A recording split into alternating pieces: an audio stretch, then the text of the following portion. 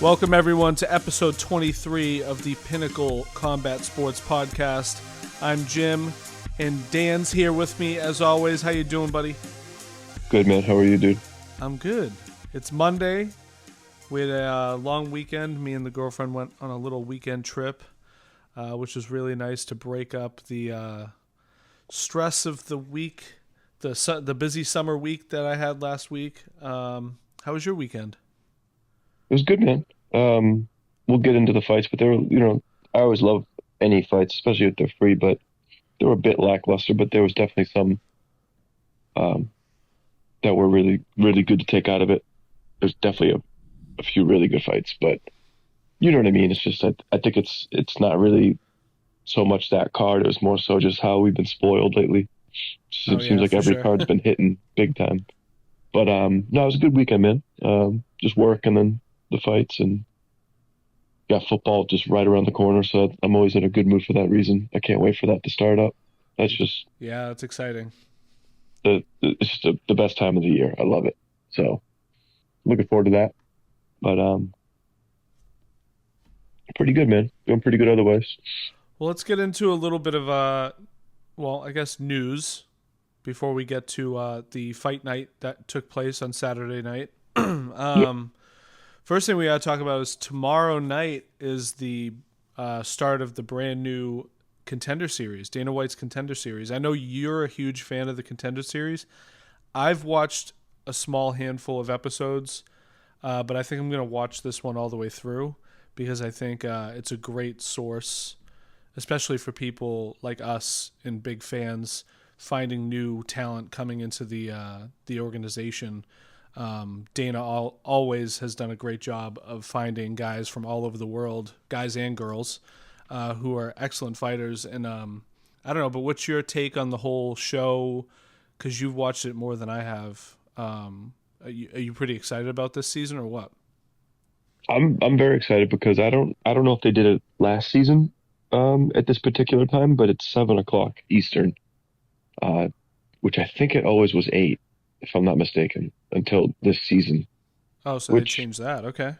One little victory for the East Coast on that one. Because it's just like, you try to get up early, do the old gym thing, kind of get into your routine, and then it kind of like throws a monkey wrench in it. What if it starts at 8 and then, you want to watch the last fight, it's probably starting around 10-ish, which is like fine, but if you're waking up early. So this is perfect. I love the 7:00 start. But I would think we're just going to see just even more talent now. Like everyone that's UFC ready, that's on the cusp, they're all at different level than they were, say, 10 years ago. I remember the whole thing where it was pretty standard for a guy to drop his first fight, UFC debut, either jitters, like mismanagement of his cardio, just whatever it was, adrenaline dump, you name it. Like they would, but you could always tell, and then you always see a much better account. These guys are their UFC debut, you wouldn't know. If you were like, hey, which one's has their debut going, you would not know with a lot of these guys that are coming in. So I think you're going to see that more in the Contender Series as well, which is exciting. Yeah, and I think this also speaks to what we kind of mention every week now for some reason, but how just the new talent coming into the UFC in general, whatever avenues they get into the organization, it's like these guys have been training MMA as a whole since they were really young kids. So they just have, I don't know, it is wild to see. And I think, I know Rogan mentions this, it's probably the fastest growing sport in the last 20 years in terms of like how different everything is. The game plans, the styles, what used to work 10 years ago never works now. The people coming in, obviously the young kids and all that. It's way different. And it's actually kind of cool being fans like me and you for so long, 20 plus years, to see that evolve over time and see it evolve in such a positive direction to where now I would argue UFC is as standard of a sport as any other, like basketball, football. I mean, I know like back in the day, like Chuck Liddell, like during those times, maybe, and there were a lot of people like John McCain and even ESPN that didn't want to back the sport because it was human cockfighting or gladiator style. And some people still think that. I talked to someone recently who thought that because the Olympics came up, and I know a lot of fighters, including GSP right now, are talking about would it be possible for MMA to be in the Olympics? And I think it absolutely would be today. But yeah, I don't know. What do you think about that? Like, have you ever thought about that? I know, like, jiu-jitsu, I would say if anything, jiu-jitsu should be in the Olympics. I agree with that. Yes. MMA would probably be really tough, especially when you have to get into like the whole deal with, I mean, allowing certain boxers in the Olympics there to box. Just leaving it at that, like that was pretty crazy, man. Like Yeah. what I saw with that, like the particular one that won gold. I mean, it's like good on you for winning gold, but dude, that did not. It didn't look right. Like it looked like I was watching an assault. It didn't look like I was watching like a boxing match. Yeah, and I think other than that, the other thing that comes to mind first, and we talk a lot about this on the podcast too, is this judging. Like, how would they? You have to. I don't know. It's just so hard to judge an MMA fight. Boxing's a little bit more simple because it's only one discipline. You're boxing with your hands, but judging a fight and having it be fair from top to bottom. Very objective, because a lot of people that are even in the know probably don't agree on what a takedown equals, what this equals, what that equals. I think a lot of people probably would differ. But the only reason why I was bringing that particular thing up about the boxing is because if you have that in MMA, that's just not okay, dude. To have Olympics needs to iron that out first. Yeah. Yeah. Before they even have that, because you can't have that, man. That was not. Yeah. But it'd be tough for the Olympics because the way it would line up, and then they don't pay the people. So who's high level MMA that's going to even want to be involved? So it'd probably be like, maybe do like a amateur. Amateur would be really cool, like a certain age bracket. But as far as pro, who would really, they don't pay them. So who would do that? That's a professional MMA fighter. You know what I mean? Well, I think people would. Like any other sport, like basketball. Well, basketball is different because they get paid crazy amount. And they get paid. Yeah, they get paid pretty wild. Steph Curry was amazing, by the way. Holy shit! Yeah, he was. The goal. Oh my god, dude. But anyway, I think people still would, especially on an international basis. Like, you're talking about those guys from Dagestan, and I think they're big on the pride of their country. Even like Marab from Georgia, and I think people would still do it for sure. I'm all for it. Yeah, I agree though. I think there's some things that need to be ironed out. I think you need to have, for anything in the Olympics, it has to be well established what the rules are. And they're clearly like bending rules for certain people for certain reasons for what, and I don't know. There's still time. But, yeah, man, the point I was trying to make was just, I think like, MMA as a whole has just gotten so much better, over the 20 years that we've been watching. It feels like like watching UFC really feels like I'm watching the NBA or NFL. You know what I mean? Yeah, it's right on par with it. Like you said, it's on ESPN. It's very it's very different than what it was. Yeah, for sure. I remember it'd be tough. It'd be tough to even really get out to watch the fight somewhere. We used to always just get together and watch them at the house, someone's house, because it wouldn't be that easy to get. We're talking like let's say 2009 or something like that, 2010. It wasn't like that easy to just show up somewhere and they were willing to want to play it. And there's just a few niche places. And we were in Boston, which is one of the biggest sports cities in the country. I think it might just get the boys a little too riled up, Jim. Actually, that does happen for sure. It might get the lads a little too riled up, Jim. So now that kind of makes sense. It's probably a good move. Yeah, but with drinking involved, especially. Well, that's what I always say when people ask why there's no happy hour around here. I'm like, we can't have nice things. We'll break it. So Yeah. you can't do that. You can't do that. You can't give us nice things. So back to Contender Series though. So as a show, I don't even know how it's like structured. Is it structured like I don't know. You know this, so can you inform anyone who's never watched it and inform me who's clearly not as up on it as you? One of the best parts that the I think I should say one of the best things that the UFC does is like their production, especially when it's all those like throwaway afterthought things that people might not really they're paying attention, they enjoy it, but they're not really thinking about the time it takes. They kind of do like little mini build-ups of all these fighters, just like a whatever, just a few minutes each, even if that, you give someone a couple minutes just to talk about their life real quick. That's like it's cool because you're invested. You kind of usually I'll pick one. I'm like, oh, I'm gonna kind of root for this dude because there's always someone going through something real crazy. So you always want to root, but they kind of give them all a backstory a little bit, and then they kind of run them out pretty quick. They'll walk out, they'll do their thing, and then the winner usually gets interviewed by. It's been Laura Sanko forever. I'm sure it's probably the same. Um, she's good at the play-by-play stuff, dude, in the booth to the people. Oh yeah. She's very good at like the just the volley of the conversation and the commentary because she knows her stuff too because I think she does train.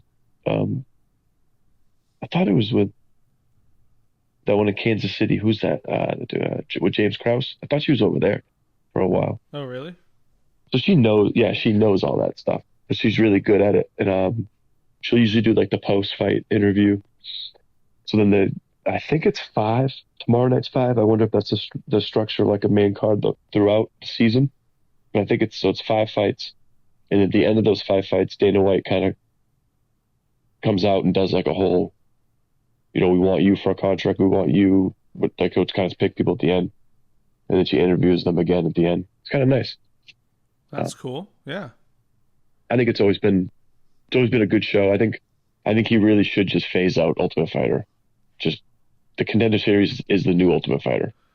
So I have a question though. So every week is it five completely different? So they don't continue on. It's like this is their week. They get this one chance to show off in front of Dana, and then he gives Yes. out contracts if he feels necessary. Yep. Usually And it's like a lot of guys they'll kind of like make a big splash with big finishes but as far as the contracts, the only sometimes which is cool too, Jim, is they'll do like Dana White's like I like you, but I don't think you're quite ready for UFC, which I love that he does that. A lot of these guys are really young and it's dangerous to get thrown into the UFC too young, I think. There's a lot of examples of like younger fighters that you never know what they could have been if they just hung around and maybe tried to get a belt at one of the smaller organizations and then rise up. And when you're like 24, as opposed to coming in like 20, 21, it's a big difference with a lot of guys. Unless you're like an outlier, which they exist. You see that dude Peyton Talbot. Uh, I think he's a little older than what we're talking about, but these young guys are coming in. They're just like they're so ready, and you're like he's 9-0, and he looks like he's ready for a title eliminator. It's crazy. yeah. But I kind of lost where I was going with that. But I do like the way the Contender Series is structured with it. Plus with the summer, it's kind of nice. Gives you a little extra something to get you to football. Yeah, I'm looking forward to it. Yeah, it'll be kind of like a new experience for me because I haven't watched much of it. But Sure. a lot of great fighters now that we see now have come from Contender Series, so it's definitely worth Absolutely. watching. So, other news. I'm trying to look up the card for this, but it's taking me a little bit. But other news this week was that Francis Ngannou has finally announced his first fight in the PFL. And I think it's going to be in October. What do you think about that?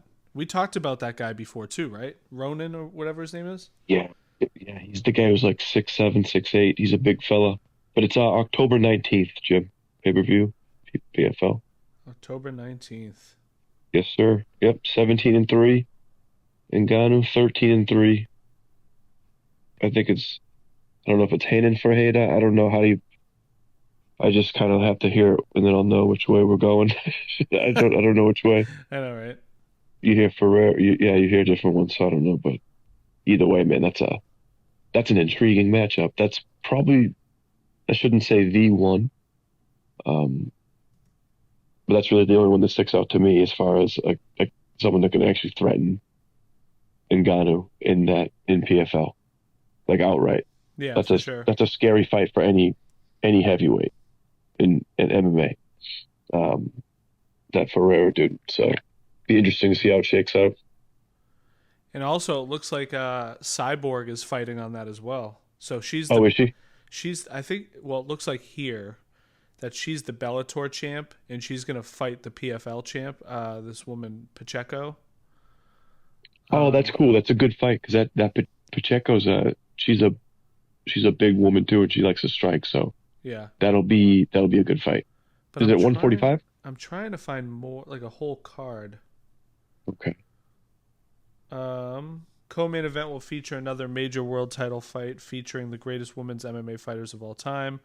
Cyborgs, who's 27-2 with one no contest, whose legacy will be on the line when she squares off against PFL two division champ Larissa Pacheco, 23-4. Um, doesn't say what weight class they are though. I'd imagine 145. Oh, it says right here, women's featherweight. Yeah. Okay. But I think that's all it's telling me right now. It doesn't show me any other fights, any other people that are fighting. It just says the main and the co-main event. It's a pretty good two right there for them to sell some pay-per-views. So Yeah, it's a we'll great see how they one-two do. punch. Yeah, and this Yeah, we'll see how honestly they do. for PFL, this is probably, or they should see this as, and I'm not sure they are, but this is like their first big pay-per-view post Bellator. You know what I mean? Hmm. Does that make sense? Like they should be basing this should be like the new standard of what they should bring to the table.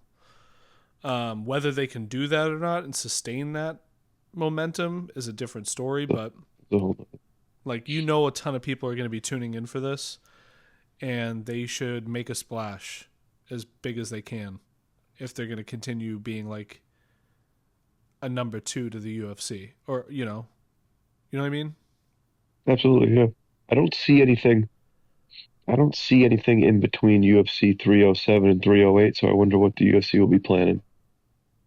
Are they going to try to throw something up against it? I would imagine at least a free card, but be kind of curious to see what they do with that. I was just looking at their schedule October there. I don't see 19th. it. I saw this other one that I took a picture of it. What is this? Nope, Because you that's figure September. UFC 308 is insane. It's the week after the 26th. That card's ridiculous. Yeah, and we're gonna be going somewhere for that. We're gonna be traveling somewhere to watch that bad boy. Yeah, it turns out the Sphere wasn't feasible, huh, Jim? Yeah, not for $3,000 a ticket. Yeah, Not for how's me. 3 grand? You're like, for what? What do I get to do? I get to like be a part of the show? Get to run it? Yeah. Oh no, I just for a seat? No, No, I'm good. you see Thanks. that seat way up there? That's where you get to sit for that price. Called the bird's eye view. It's like, okay, cool. Lucky me. Oh You get to wow. spend 3 grand and hike all the way up there. That's awesome. Well, now we know why they're saying it's going to be the biggest gate of all time. If every Checks out seat is, now. yeah, 3 grand or more, it makes sense. At least it's going to be a great visual experience, just to be, even if you're home watching it. So Yeah, I have high that's cool. hopes. Clearly Dana is pumped about it, so I'm looking forward to that. Hey, why don't we let's shift and get into the fights from the other night, and then we'll talk a little bit about next week or this weekend's fights, UFC 305. But like I said, when I called you, you called me. I was only able to watch just the main card last night because I got home late from our little weekend trip. Hmm. So let's start with the main event. Big win for Spivac, and Yeah. an armbar win, which you don't usually see in the heavyweight division at all. I think they said last time there was an armbar finish in the heavyweight division was like 4 years ago. Wow. Yeah, I'm sure there aren't many. I can only think of a couple. Um, no, but yeah, no, it was a very decisive win. He pretty much just was in control most of the fight. There was only just that little small window, but he was yeah. They I'm kind of curious to see what his weight was too. So when I was looking at them, their weigh-in weight was, I was like, okay, so I wonder if one go is going up and one kind of stays the same. So they might have been like more equal weight because they didn't look like. I know he's holding a little more weight in his midsection, but Tybura and Spivac look pretty very similar, like size-wise, you know. Yeah. But you could kind of tell who was. I don't know if he was the stronger, but he definitely seemed like he was the quicker to the position for sure. I mean, he got his back so quick standing up there. Yeah, for sure. Yeah. Um, no, he looked really good. I was surprised that it was that one-sided that quickly. But that's a pretty big win because you figure he only in his last five he only has one loss and that's the Surreal Gone. So um, he's right there with a bunch of these heavyweights just kind of hovering around. There's a lot of these guys kind of hanging around the outside the top, say two or three. Yeah. So Let's say three. Say three. as of today, and I think they changed the rankings on Tuesday, so tomorrow, correct? I Um, think I think they do. Yeah, I think it is. so yeah, I think as of that fight, Spivak was a 9 and Tybura was 8 in the rankings. So we'll see what this. It'll at least put him at 8. But yeah, like we've mentioned before, you've mentioned before on the podcast that especially in this heavyweight division, one or two wins can get you a title shot pretty Oh yeah. quickly for sure. hmm Yeah. So what did you what stuck out to you in this card? If you were looking forward around, like I mean, in the co-main event, dude, Chepe, Chepe looked awesome. Dude, yeah, Chepe looked awesome. Like, yeah, that's I mean, that's the. I'm pretty sure he's a training partner of Justin Gaethje, and you can just tell that's the rub yeah, that for you get sure. Walk by forward, training with a former champ like that. Yeah, it's yeah, just, I put mean, pressure, yeah. that style is very difficult to deal with. And Damon Jackson he's a great fighter. He actually did pretty, or he started off pretty good. But Dude, Chepe's momentum and just he put a lot on him. it was what was surprising was that I figured Chepe would win the stand up sequences because I just like the way he fights. But Damon Jackson's a really good grappler, and it just seemed like even there he could do what he wanted. That's what surprised me the most. Yeah, for sure. Yeah.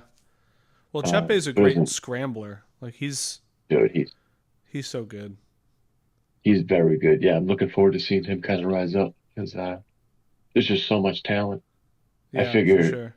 if I'm the UFC, I'm like, bro, stay on weight because you might be a guy that get a last minute fight here. Yeah, Like right. one of I these. know. He's a lightweight as well, right? He's 155, right? No featherweight, He goes 145. okay, because I think maybe his debut he took a okay, so he's featherweight, which is even better for his frame because I know he doesn't seem super tall, but dude, that dude is absolute just.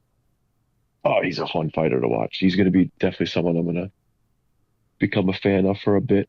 Yeah, for Uh, sure. but he's someone I would definitely, if I was UFC, I'm sure he stays around that, but I'd be like, just stay right there because one of these featherweight fights, big fights, has a dropout they can call him. He'd be a great step-in fight because he's giving anybody a problem. Yeah, It's not going to be an easy fight. and there's a ton of movement right now in that division. So, It's um, exciting. yeah, it's Yep. it's it's fun, and he looked great, 'Cause you, man. So wait, I want to see 'cause where is he ranked? Either of these guys ranked? I don't think Chepe is yet, but he's got to be right around there because you If got if not, it probably throws him up there. another big fight that's gonna fly under the radar a bit going leading up for obvious reasons because the main event is that at that weight um is that Lerone Murphy and Dan Ige, right? Isn't it the same car as Holloway and Topuria? That's a Um, I know I it's think on it's one of the cards. I think it's Lerone Murphy and Dan Ige's on like maybe the first fight of the main card or something like that. Yeah, yeah. But that fight, that's a that's a great fight. That's gonna be awesome.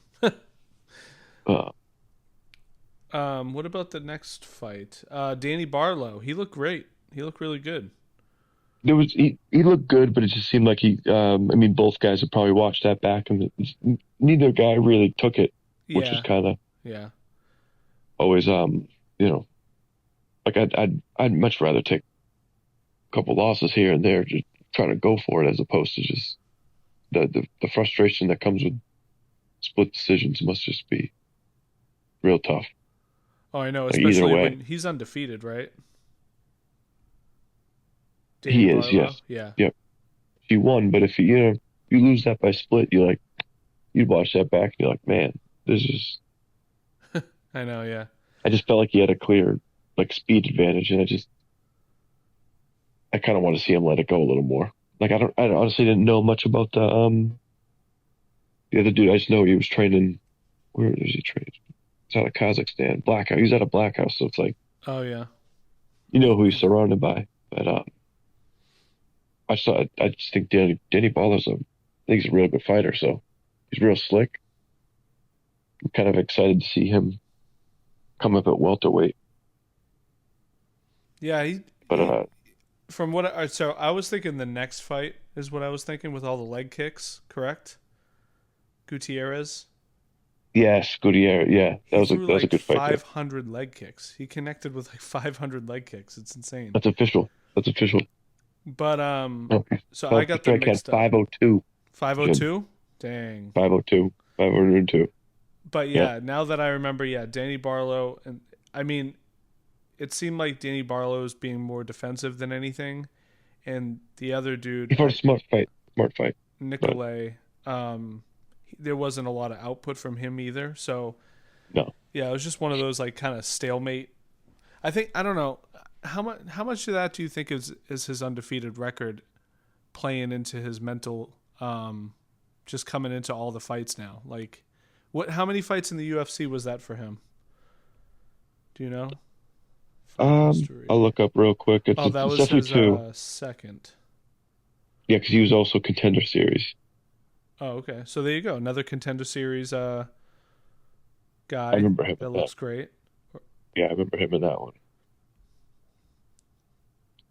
But he had a big win his debut, which is like that dude was it Josh Quinlan? That dude is tough. Yeah. That's a tough debut to draw, and you end up knocking him out in the third, I think it was.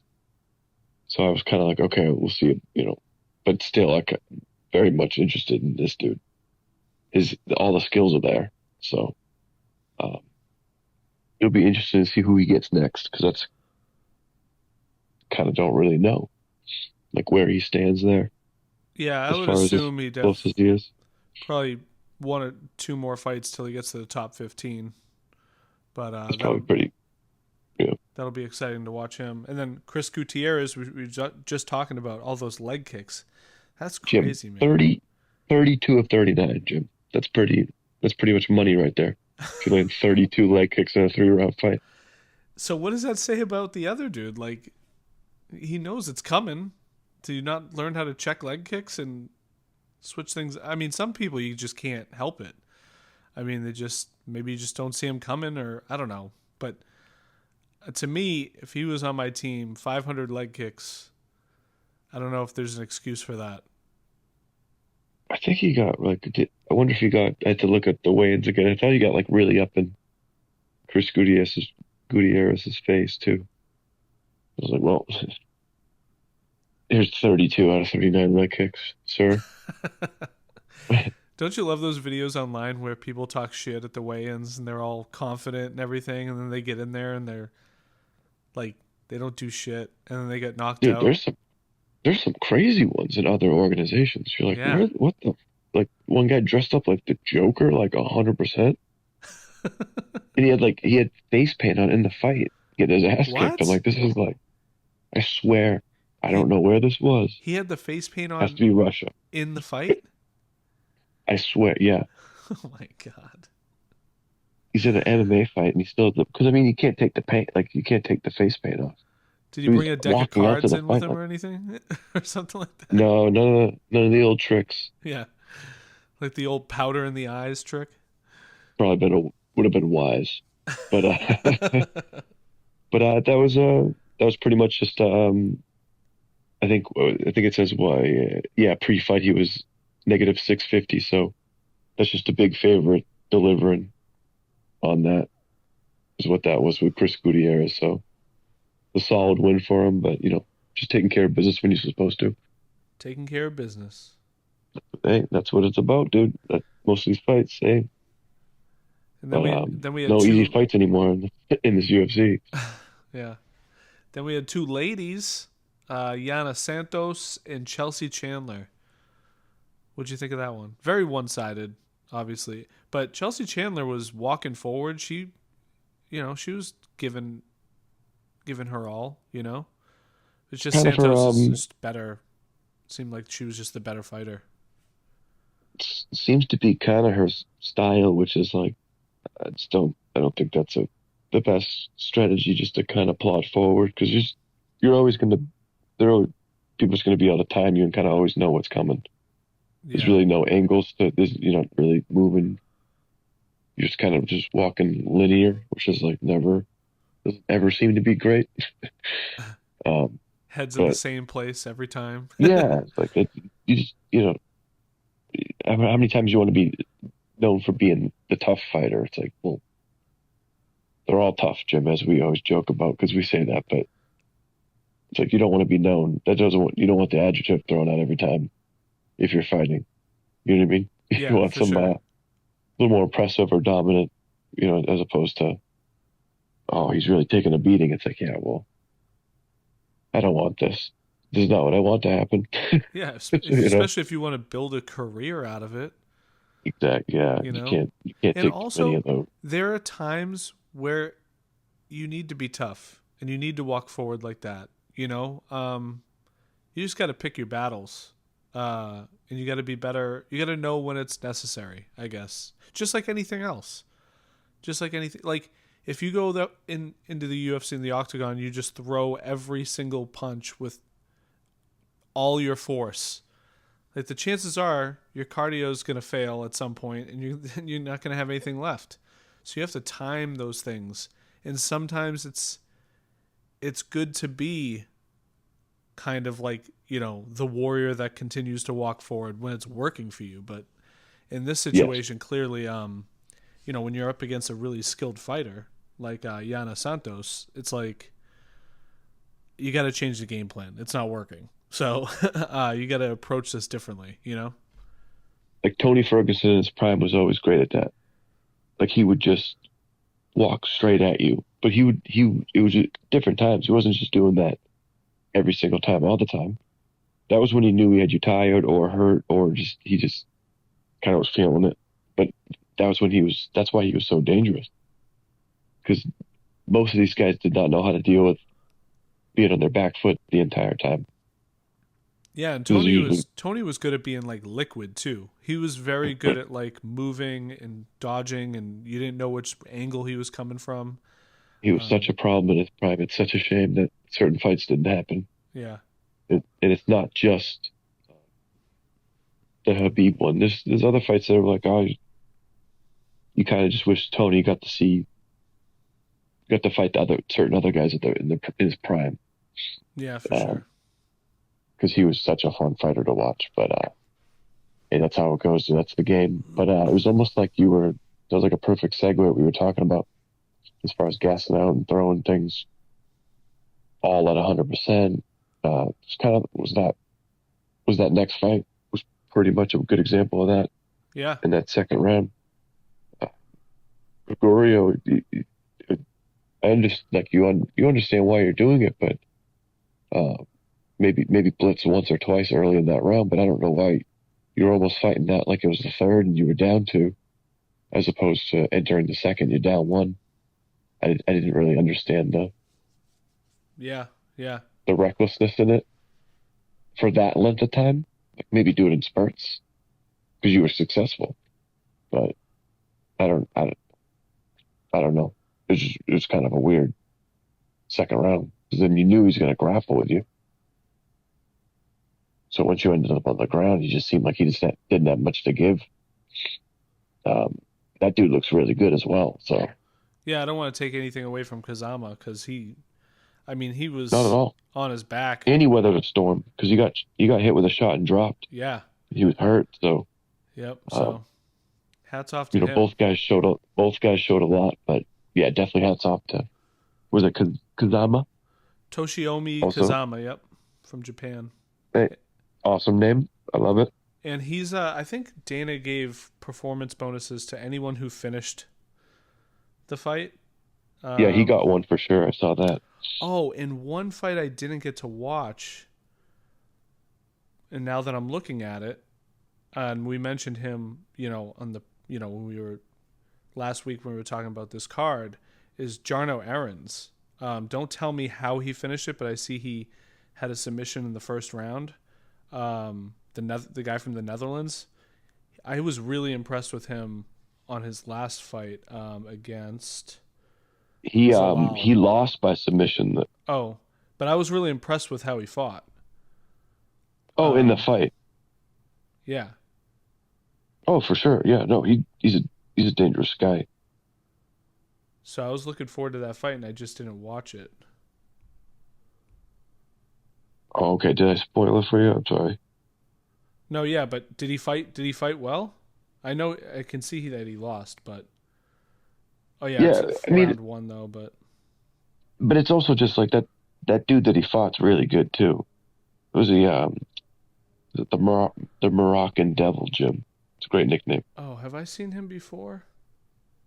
Dude, he's a good fighter. I mean, he in the in the Oh fight yeah, in the Billy fight Quarantillo. before this one, in the fight before this one, he has a submission win in the second round against Billy Quarantillo. So he's a pretty damn good fighter. So Yeah, I'll have to watch that one. And I did get it mixed up. I thought Jono Aaron's won, so that's my okay, bad. but either way, dude. I mean, he was as good of a fighter he is. He was a pretty big underdog going in. Yeah. Well, I'll still Yeah, want I to think it's watch just that. Yeah. What were he some was like a other? Sorry, plus what? 450. He was. Oh, He was like plus jeez. 450. Uh, but you'll see that dude's just explosive. He's just like he is he's a difficult to deal with too.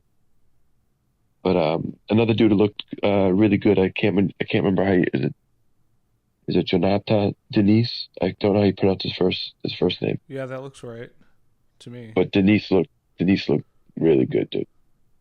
He just kept Carl Williams just completely off. He definitely hurt him in times too, but he just kind of just very good striking, and it was just pretty much that the entire time. All right, I'll have to watch that one too. And I've seen Carl Williams. I'm pretty sure. Carl Williams is good, but I think he's only I shouldn't say only, but I think he's best when he's able to mix his takedowns, and he wasn't really able to like he landed a couple, but he wasn't able to do much with it. And also, I mean, it wasn't a complete one-sided fight, but you'll see when you watch it. It was just I think it was just a very good performance by Denise, especially with his hands. Like Nice. I really think the boxing kind of won it for him. Okay, Uh, cool. Yeah, give me something to watch tonight on a Monday. So I'll definitely watch a couple of these. Did you want to shift and talk about next week's pay per view? Hell yeah, Because I absolutely, know you're excited about it, and I'm excited about it. very much so, Um, dude. Yeah, I mean, so look at the card, dude. Jesus. so we're gonna obviously for every pay per view we're gonna do a pre and a post. So I don't want to get too crazy into the weeds. Um, we'll save that for our pre episode. But let's just kind of go through from top to bottom, just initial takes, and maybe who you're picking. Does You that got it, work? Jim. So first fight, and then first fight.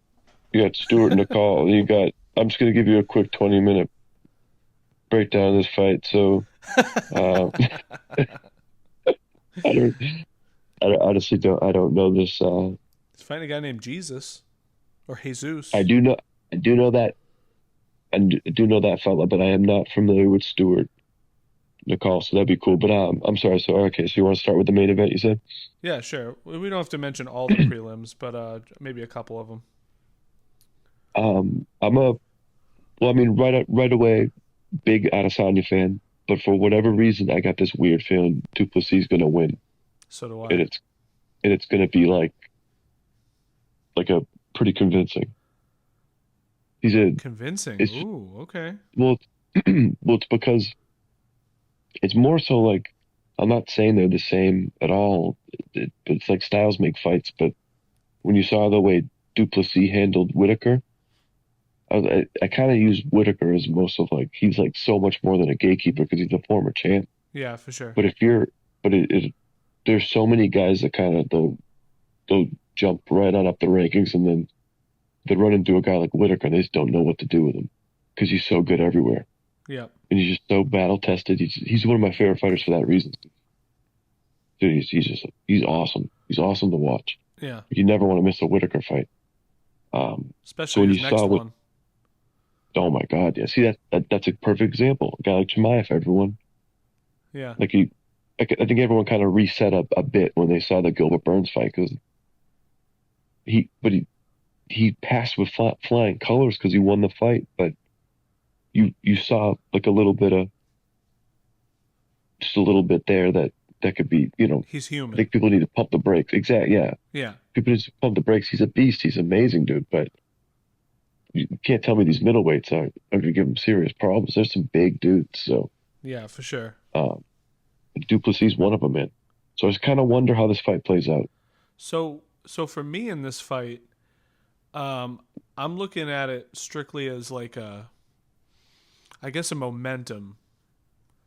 Like Duplessis has clearly won a lot of big fight, a handful of big fights in his last fight. His last couple fights have been big wins for him. Hmm. He's coming in with a lot of confidence, whereas Adesanya has lost a couple. Sure. Um, so this might, and we see that happen with other guys like Volkanovski's on the same kind of in the same boat right now as Adesanya is. They kind of have they I guess they have Adesanya has more to lose. Um, in terms of like his legacy. Um, I mean, he's already a Hall of Fame fighter. I'm not worried about any of that stuff, but Not he's at not. all. He's clearly not done either, right? But him not fighting for titles, it's like Kamaru Usman too. Like Kamaru did so much in the welterweight division, and now it's going to be weird to see him fight like a non-title fight. You know what I'm saying? Like, and I feel like Adesanya knows he's on the cusp of something like that. Like, if he loses this fight to Duplessis, it doesn't mean he's a bad fighter or anything like that, but he becomes a contender again rather than a champion. Um, and I don't know, man. It seems like a passing of the torch kind of fight to me. Um, I'm happy either way. I love Adesanya as much as the next guy. But I don't know. Duplessis is such a big dude too. Yeah, I don't know. I could see it going either way. Obviously, never bet against Adesanya. I'm not going to bet against him next week, so I just won't bet at No, all. But yeah, I have a feeling too. I don't know. I guess we'll see, and we'll talk about more it'll be next week. But yeah, yeah. It's gonna be that. It's gonna be that kind of like that blitzing style he uses. Whether it's just gonna be how successful that is versus how much Adesanya can interrupt it. hmm Like we'll see. That's interesting because if you can't interrupt it and you can't get the timing right on it, it's got to be such a problem. yeah, So you can't get any of your shit off at all because this dude just kind of just he's a big dude. So no matter where he's throwing punches, they're coming and they can hurt you, man. So yeah, for sure. it's not the same. Yeah, it's I think a lot of people might be watching it and they just don't. They kind of still don't see the like. I've been there live and you see that like, oh, dude, all these things count. You watch all those things, you've seen it, Chip. You've been close enough where you've seen like you're like you know all these shots. Yeah, I remember the and you've met guys, so you like I've met a couple, going to UFC events with you, but when you went to the International Fight Week, you got to like talk to a lot of lot. these guys in different weight classes, and you know what a middleweight looks like.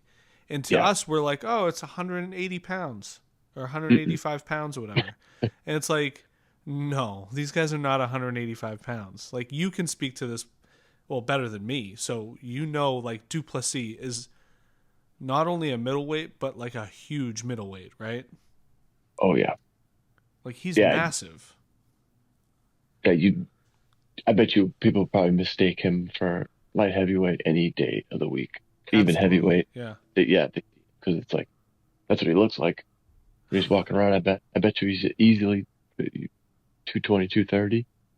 Has to be Yeah. like before he gets all everything going, but Yeah, I would think or 220. whatever. A big 220. dude. Yeah. That's a big guy. But so well, it'll be very it'll be very interesting to see how that one plays out. I'm really hoping you see like the best version of Adesanya because this could be a classic, like 5 rounder, just a battle. Absolutely. If the right Adesanya shows up, this is going to be a great fight. And have you looked at? They're both in incredible shape. They both like Great, in I love terms it. of camps. It looks like they both had great camps. So yeah, it's going to be two of the best middleweights ever going off head to head. I can't wait. But let's we got more to talk about. And we can save a lot of that for next week. But co-main event: Kai Kara France and Steve Urseg. I'm looking for. This might be my favorite fight on the card. Obviously, besides the main event, but Steve Urseg was super impressive against Pantoja, Yes, yeah. and obviously Kai Kara France is great. I don't know. How do you see this one going? I just think Ursak's dangerous because he can kind of hurt you either way. I think in the smaller weights, especially, you really want. I shouldn't say especially in any weight. If you want to like really be, I think a high level championship like level fighter, you have to be. You can't just be a guy that's going to be dangerous in one particular. Like, oh, that's the guy who's going to try to submit me, or that's the guy who's going to try to blah blah blah. It's like you need to kind of. I think you need to have a few different routes to victory and be pretty dangerous in those ways. You can't just be like the grappler anymore. Those guys just aren't gonna. That's so hard. That's so. Imagine just being like just a grappler that kind of has a basic understanding of striking. Being in like this today's UFC, like you just keep. What's the shelf life of that? Yeah, where every round starts standing up. Man, that's not. Yeah, that's not a good idea. So uh, I'm very much looking forward to this one for that same exact reason, Jim. Because Urseg, he looked. I mean, he looked really good against Pantoja, who's. I mean, Pantoja's just looking like I don't know who's going to beat him. So maybe Yeah, Ursig can exactly. eventually get there. And Ursig could be that dude eventually. That's kind of how it goes. Um, you're not going to beat like the guy who's been kind of firmly been the champ for a bit. A lot of times you're not going to get him first shot. You got Hmm. to kind of reassess, come back better, beat different contenders, which that's what he's doing because I'm pretty sure these two haven't fought before, right? No, yeah. Is that right? Okay, good. That's perfect. So, yeah, no, I'm right there with you. That's definitely up there. I'm really that Gamrot Dan Hooker fight's looking really really Oh, good too. yeah, yeah. I agree. Because Dan Hooker's a dangerous plus 265. Um, because you know what Gamrot's trying to do. He'll strike with you, but he's trying to really like outpace you and grapple with you and take you down and really grind you out. But Hooker can remain dangerous throughout. So that should be a fun fight. Yeah, he's another one who's pretty dangerous everywhere as well. He really is. Yeah. He's a big dude, man. And He'd be someone that you'd be curious to see in person and be like, how are you making yeah, the one 155. example? Yeah, the one example I would say, Jim, because mind you, pretty sure Michael Chiesa didn't he once fight at 155, right? Yeah, for sure. Yeah. Dude, that dude walked in one time at a place I was at, and I was like, how the you couldn't. That was when he was at 170, and I was still thinking, I was like, how is he 170? That's That crazy. dude, he's a big dude. Yeah. So there's certain guys you see in person, you're like, okay, I don't know how these guys are doing this. You know, Well, I that was don't know. that's a good example. But let's see the other fight. Oh well, I mean, also you got one other thing I was going to mention is Dan Hooker's ranked 11 and Gamrot's yeah, ranked 5. So this is a big opportunity for Dan Hooker to it, jump up in the rankings. So that's a great point. No, it is. That's a big shot for Hooker. I don't honestly, I don't go to the website as much, so I don't see the rankings until yeah, especially like the at night of. lightweight, that's huge. You know, Big. yeah, That is big to be right on the outside of that top five or right around there. yeah, Damn, that's a Shark's tank. So, but he's already fought some guys that are around there, so yeah. He's had a pretty it's not like good it doesn't career so belong. far. It's just that's just a testament to what the top 10 in lightweight looks like right now. For sure. That division, crazy dude. Some of it's mixed new blood coming in too. And Like then you got with yeah, we read it off pretty much every week. People know. But I know they can tell we're a pretty big fan of 155. yeah, yeah, for sure. And it's weird because it's always been that way too. It's always been the best division in my opinion. But let's move on to the next fight. We got the big boys. Tai Tuivasa. He's going to do a shoey um, when he faces Rosenstrike. What do you think about that? Yeah, watch a little bit of footy, get a knockout and do a shoey. That's probably like somewhere that's like an Australian, just a bad rapper has that somewhere. I don't think this one's definitely not going the distance. Someone's Yeah, getting I knocked out. agree. And Ty, I he's always guns ablazing, dude. Like he's he's a he's fan just one of favorite. those. Yeah, he's a fan favorite because he just leaves it all out there, especially in Australia. He's going for it. He either Those are gets some knocked big out dice or he to knocks roll. him out. You know. Yeah, those are some big dice to roll at that weight class just to be that willing to do that every time. Yeah. It's a dangerous fight though, man. Rosenstrike, he's a really good striker. I think he's very deceptively quick too. And he's got very good power, so uh, Oh, also, I'm just looking at this now, but this is a big fight for Tuivasa because he's on a 4-fight losing streak. okay. Yeah, it's a tough one. So he lost to Cyril Gahn, Pavlovich, Volkov, and Tybura. Obviously, big names. All top, yeah, top Yeah, level. but he needs a victory. We'll just say that. Big time, seriously. Yeah, so we'll see if he can get that. And it's not like Rosenstrike's been he's certainly been better than Tuivasa, but I think he's only won like two of his last five, say. So he's also someone that's not looking to give away any wins. Yeah, He for needs it sure. too. So it's a tough division, but like you said, you get a couple, you're right in that mix.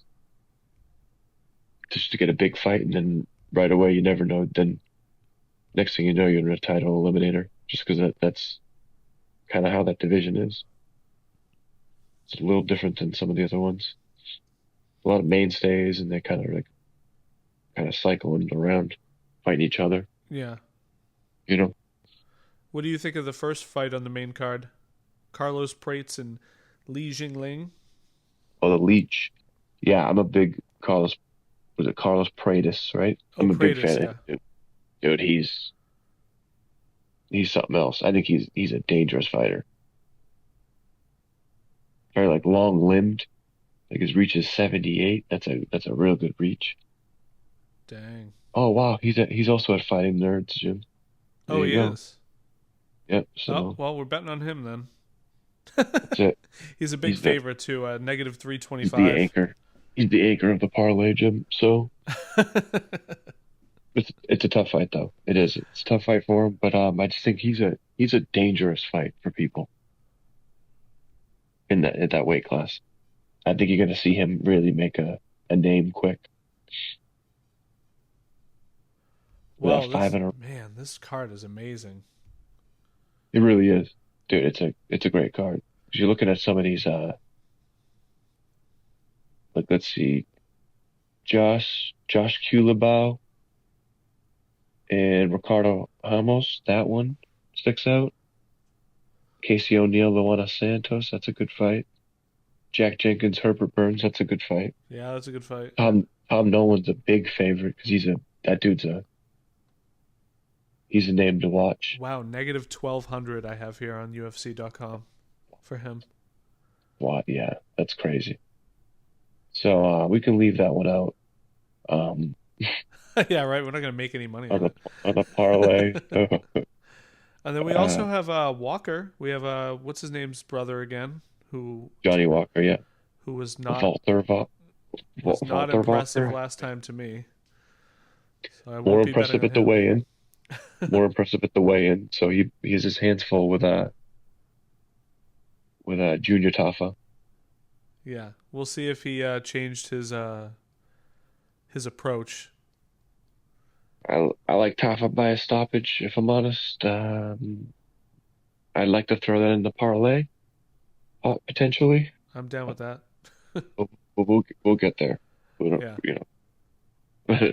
No, I'm looking forward to doing the podcast for these fights because I love these pay-per-views. They're just this, like you said, this year it's just they've been crushing it with the big fights, the Yeah, big it's been events. crazy. It's no exception. So I'm looking forward to this one. All right, well we should just wrap it up there because we'll talk a lot about this. We'll probably do on Friday night if that works Sure. for you. Yep. And yeah, and then we got UFC 305. So pumped, man! Oh, this is gonna be a good week. I didn't watch the first embedded yet, so I'm gonna watch that after we finish up here. But yeah, all those are always fun to watch. And then we got Contender Series, like we said, tomorrow night. That'll be fun to watch. It's gonna be a big week in fights, man. I can't wait. Oh, same here. Looking forward to it, man. All right, man. Well, let's finish it up there. This episode. For anyone listening, you can find us on Instagram at Pinnacle_Combat. We upload all of these episodes onto YouTube on our YouTube channel with the same handle at Pinnacle_Combat. And Dan, it's always good talking to you, man. And I can't wait to get that parlay going. We won last week or 2 weeks ago, whatever it was. So we got some money to play with this time. Nice. All right. We'll get a little more reckless, Jim. We'll make some more. We'll take some more calculated risks. But no. Always nice talking to you, man. Looking forward to doing especially the pre-fight because it's always exciting watching the weigh-ins and getting excited for the fights. So Yeah, there's a lot behind this one. There's a lot of grudge. So I'm hoping it's a good fight. a lot on the Sometimes line too. Sometimes these fights aren't as good with the grudge matches, but I got a feeling this one's going to deliver. This one's going to be good. Yeah, I think so too. Yeah, looking forward to it, man. All right. Well, thank you guys, everyone, for your support. If you're listening, share, subscribe, tell a friend, whatever. And we'll see you guys next week. All right. Peace. See you.